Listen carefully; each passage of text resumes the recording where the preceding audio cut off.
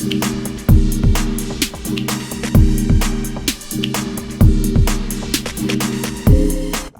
bien, vous évoquez un problème pressant actuel. Ce qu'il faut comprendre, c'est que la cause principale, évidemment, c'est la crise économique des années 80, qui donc a limité les interventions de l'État en termes de subventions auprès de bras séculiers, qui est la maïture, qui était chargée donc de la production des parcelles constructibles, et aussi auprès donc des structures comme la SIC, qui, n'est-ce pas, avait un créneau de production de logements destiné aux fonctionnaires, et avec la baisse drastique des salaires des fonctionnaires. Il s'est avéré donc très difficile de poursuivre dans cette chaîne de production en masse de logements. Eh bien, écoutez, au niveau du ministère de l'Habitat, nous avons élaboré toute une stratégie de prévention et d'amélioration des bidonvilles avec plusieurs axes et plusieurs programmes qui devaient normalement adresser la problématique de l'habitat précaire. Je tiens à vous décliner premièrement tout un programme national de restructuration et de rénovation des quartiers précaires dans 10 régions du Cameroun.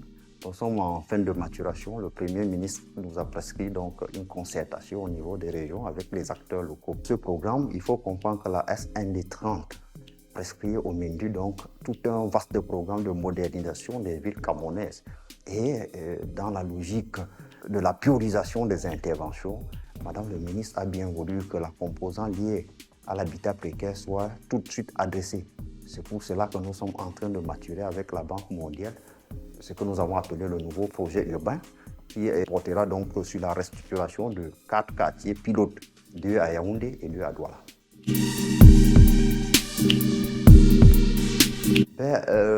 Les défis sont de plusieurs ordres. Dans un premier temps, il y a le défi lié au financement.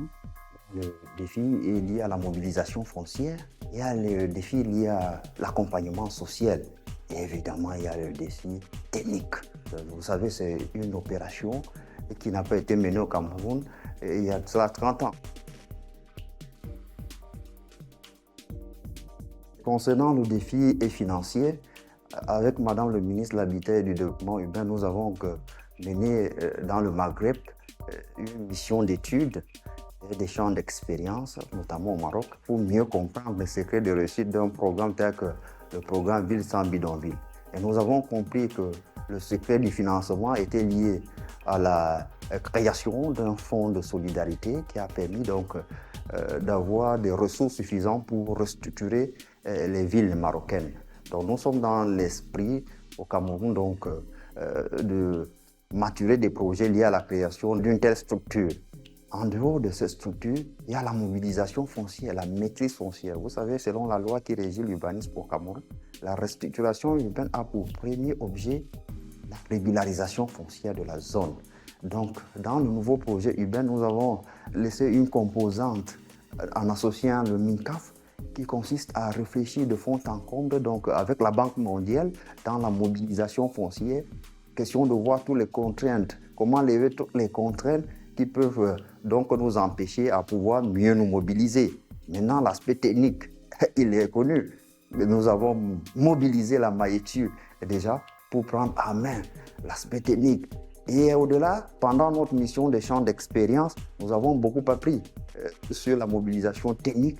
Et nous comptons donc travailler avec ces partenaires techniques pour ne serait-ce que les projets pilotes. Au-delà de ça, nous avons donc déjà commencé à former donc les CTD qui sont donc au cœur de ces opérations.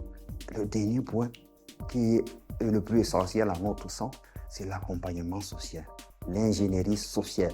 Madame le ministre nous a demandé de mettre un accent sur cet aspect.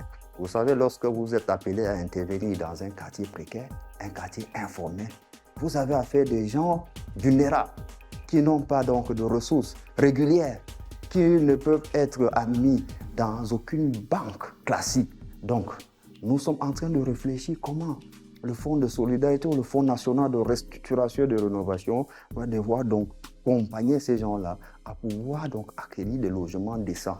Notre objectif étant donc de les recaser in situ, sur place, pour qu'ils puissent continuer leur vie sereinement. Et vous savez aujourd'hui qu'au-delà de ces quartiers précaires qui se retrouvent souvent dans des zones non aedificantes, et notamment les bas-fonds, nous avons ce défi lié au changement climatique qui en rajoute une couche. les risques de catastrophe, sans ignorer que Yaoundé en allait à tout moment.